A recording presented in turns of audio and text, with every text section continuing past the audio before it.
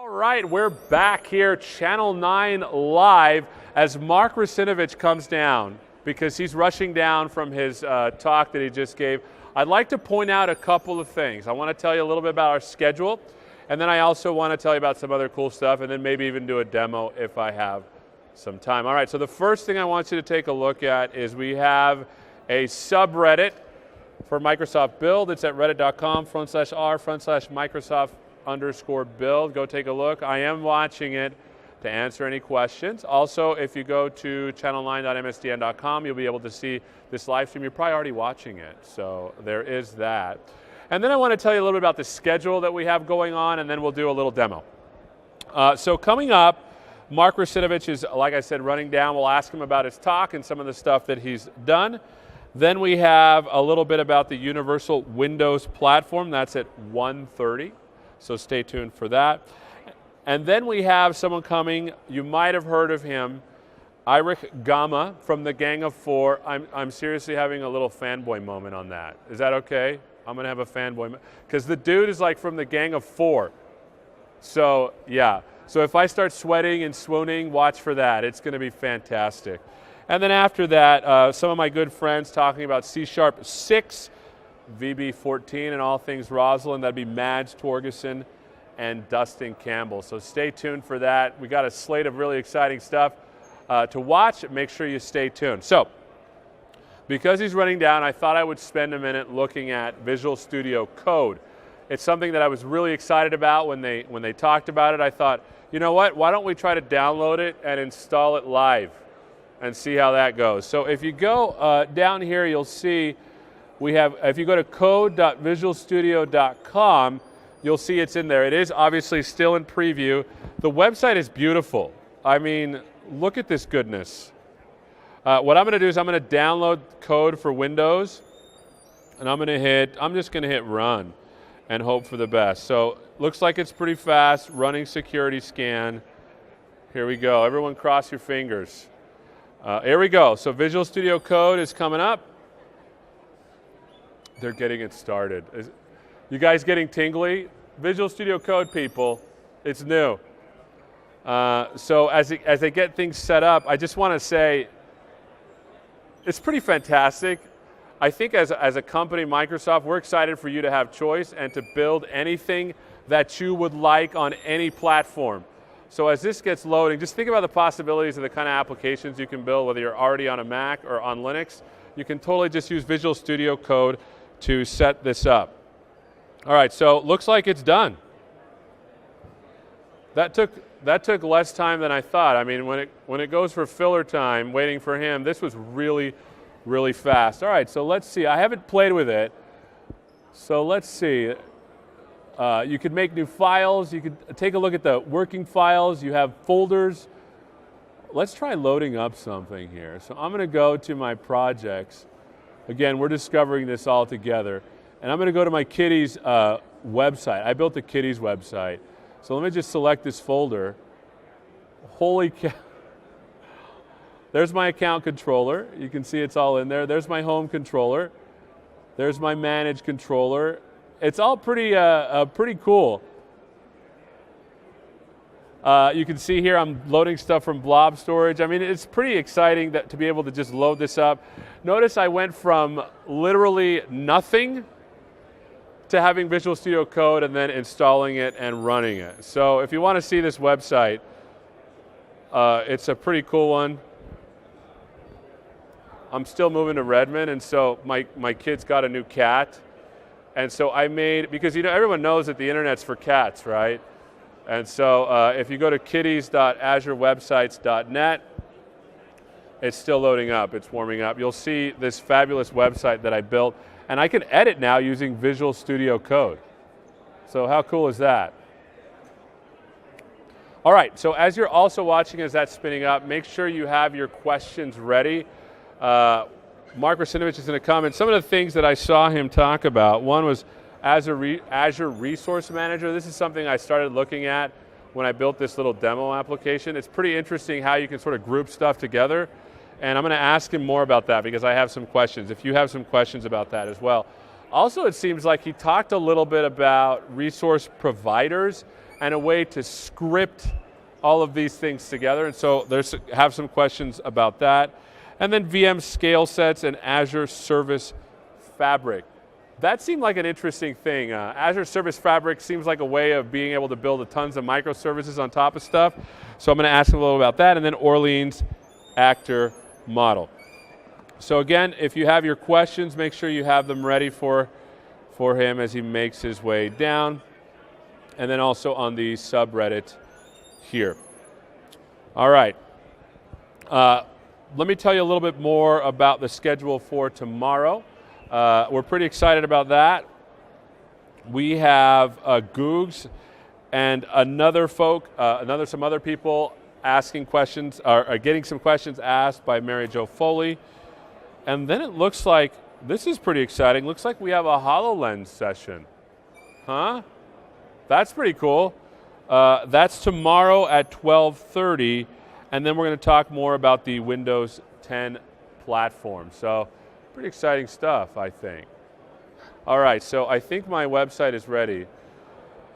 You know what? We have some time. Let's do. He's coming over. Is he coming? All right, he's coming. He's coming down. So let me show you a little something about. I don't know if we'll have time to cover this, but I built a website. Let me do this. Let me do this demo here because we have some time. So I've been doing some explorations on the Logic apps for the new app service platform, and I want to show you something. So let me go here to my Server Explorer and let me delete some stuff here. Let me delete some stuff. So here I'm in Azure, and let me go to my storage. It's refreshing. And what I did is, and this is again just to get, because I want to know how this sort of all relates to what Mark was talking about and how to set these things up. But I have I should have here's some data. So I'm going to go ahead and go to my kitties here and delete them. So I'm going to hit delete here.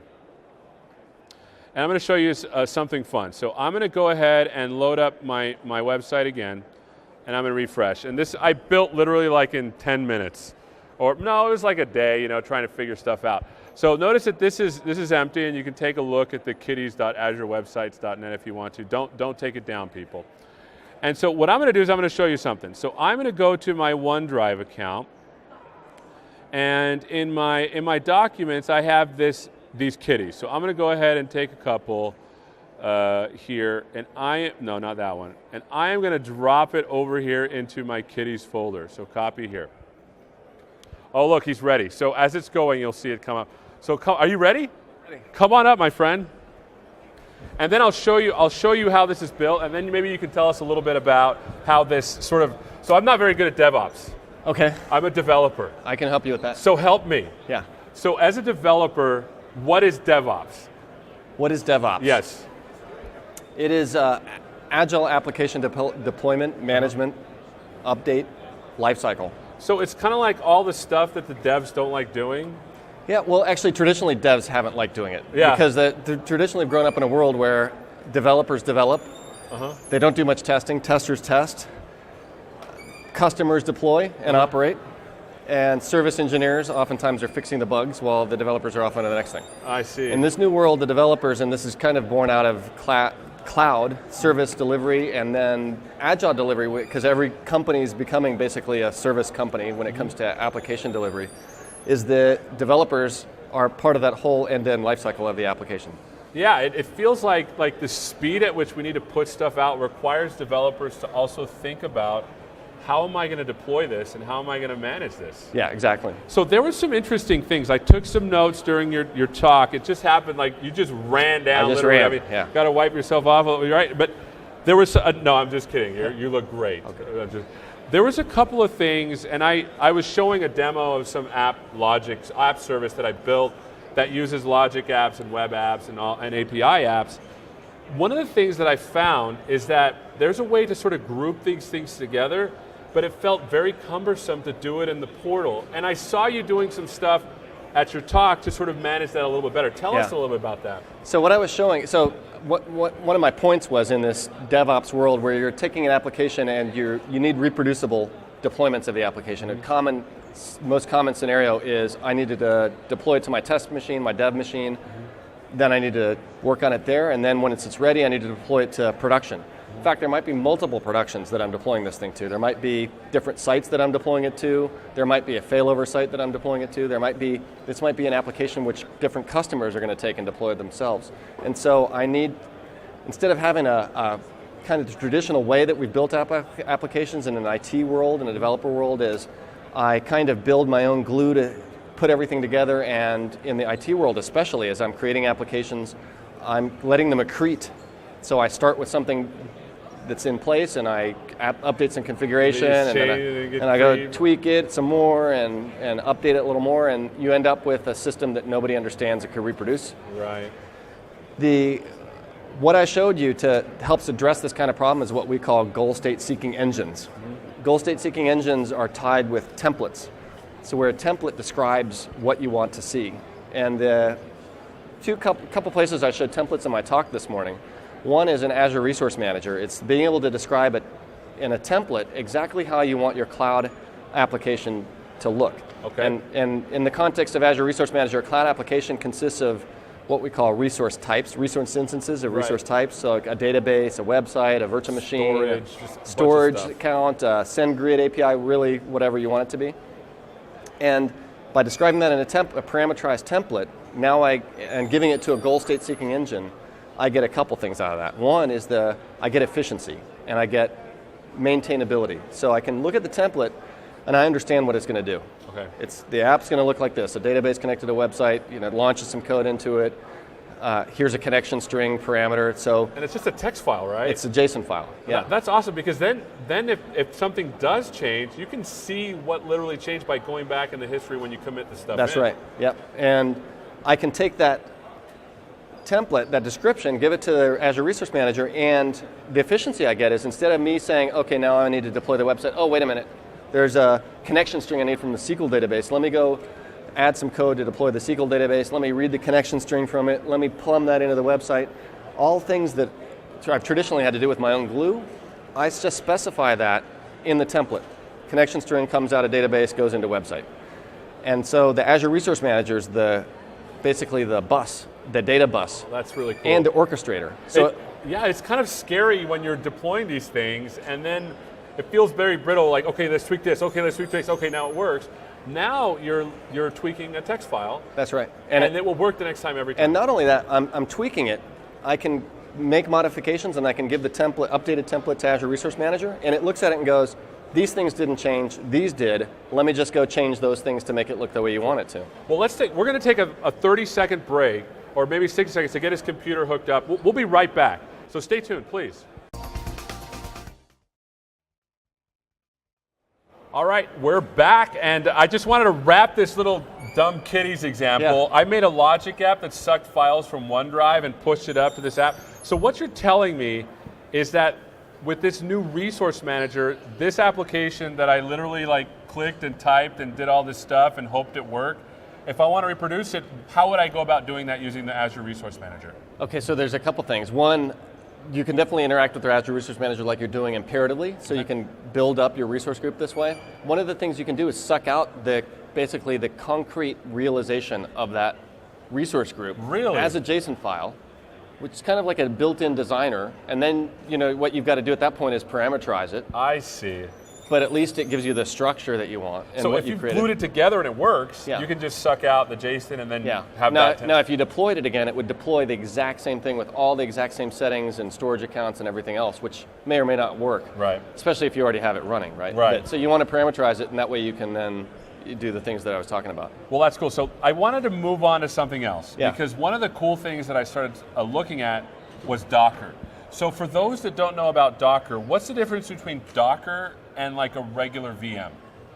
So Docker is a couple things. It's a packaging format, a way to package up an application and deploy it, and these are what are called Docker images, and there's a Docker Hub, which is a registry where it's a public Docker Hub. You can create private ones where you go put up these images. So like something like Ubuntu, Ubuntu Canonical is there maintaining the master images for that. You use Docker client to go get one of these images, create your own images, and create a container. So it's also, it's packaging, it's image management, and it's also container instantiation, and also container management as well. I see. And so what news did we talk about today that's exciting with Docker? Well, so a couple things. The big news around Docker and containers, and I showed this in the keynote, was being able to deploy using the Docker client container to a Windows server. That was actually really cool. I mean, the thing that's exciting to me is I've always thought, and correct me if I'm wrong, as you're the expert, that Docker was like a VM minus, right? They're lighter weight, and they just, how do they actually work? So, there's two aspects of the isolation that you're shooting for when you talk about this containerized world. One of them is environmental isolation. So the code that runs inside the container, you want to make sure that it works in your dev box and your production box. Right. If you deployed it into an empty VM, it would just work if it's the only thing in there, because nothing's going to collide with it. If it creates a file in a certain place, nothing else is going to create a file in that place. But if you put two copies of that thing in the same VM, they might collide on resources like this. So one aspect of the containerization is virtualization. So Linux has basically namespace virtualization built into it through LXC, as well as Union file system support, which is a kind of virtualized file system. So each container gets its own private view of the namespaces around process IDs, around file systems. When it writes a file to a certain place, only it can see it. I see. And some other container sitting next to it on the same VM writes a file to that place, well, it's getting its own private copy. They can't see each other. And then there's another aspect to it which is often useful, is resource isolation. So I want to make sure that this container doesn't consume more than X% of CPU, because then it'll interfere with the one next to it. I see. So I can again use things like C groups inside of Linux to control the resource utilization of that container. So you don't have the problem of, well, it works on my machine. Exactly. And then you go somewhere else and there's just a bunch of you get a lot of predictability around this. And so the cool stuff that I saw that you talked about is that now you can deploy directly to those containers from Visual Studio. That's right. So we built in container support, Docker support into Visual Studio with Docker client, being able to point at a Docker host and then deploy the containers to it. That's cool. Any other announcements around Docker? Well, what I did show also was deploying to a Windows Server container, and I thought it'd be interesting to show you inside of a Windows Server container. Let's do it. Yeah. So I've got here Docker host. It's a local virtual machine. Mm-hmm. There's the IP address of that Docker host, and if I did a Docker PS command that shows us the containers in that host, and you can see that there are none there. But now, where are these hosts living? Are they actually on Windows? Yeah, this is a virtual machine that is launched on this laptop right here. We can't see the virtual machine. It's a headless virtual machine, but that's its IP address. Okay. And so there's a Docker engine, which is the Docker runtime, sitting in that virtual machine. Okay, I got it. And I've told Docker, by setting that Docker host, I've told the Docker command, by default, go talk to this host. So when I do the Docker PS, which is list me the containers, is talking to that virtual machine and saying, hey, any containers are running there? And saying, no, I don't have any. Okay.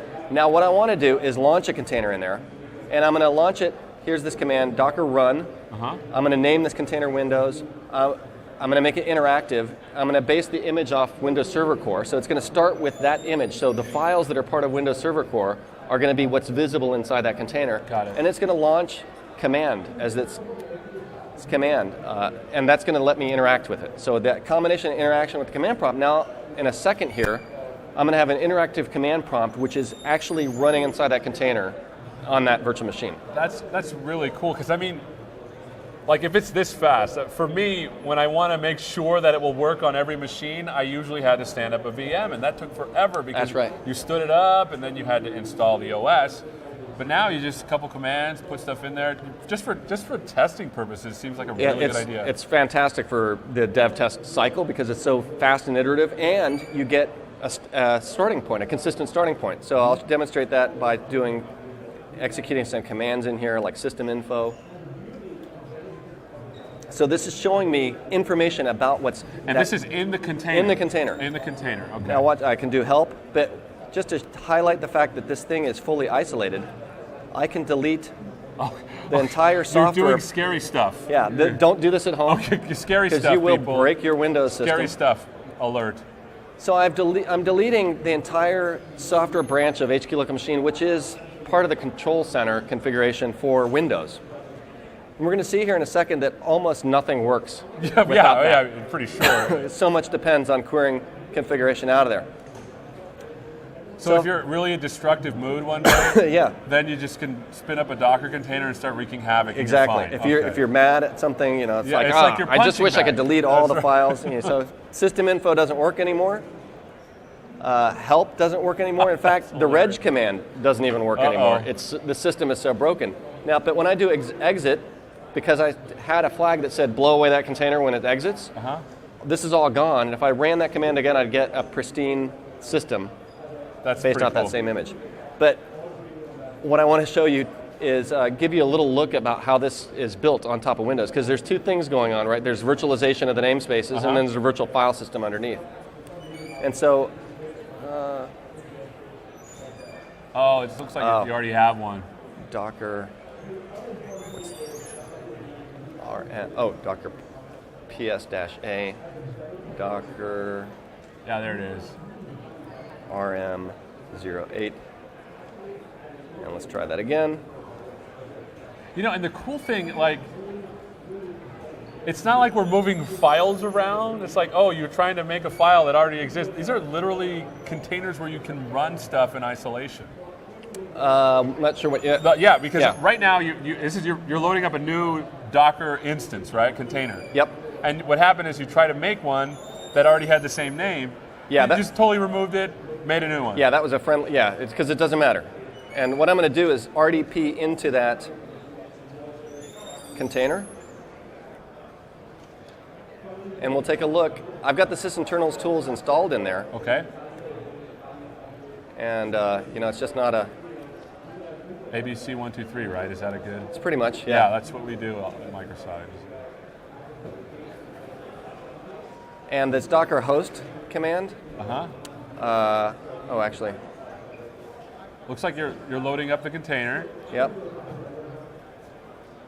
And just to show you how compatible these containers on Windows are, Process Explorer, unmodified. And there it is. Now Process Explorer is seeing a view from inside the container. So these are system processes. Right. System processes that have been virtualized inside these containers. These are different than the actual ones on the outside. And now the problem is that I just lost my Docker host IP address. And so because I'm going to connect to the host now and show you the view of that container from outside the container. 10.9.6.11. You don't have IP addresses memorized, man? What's going on here?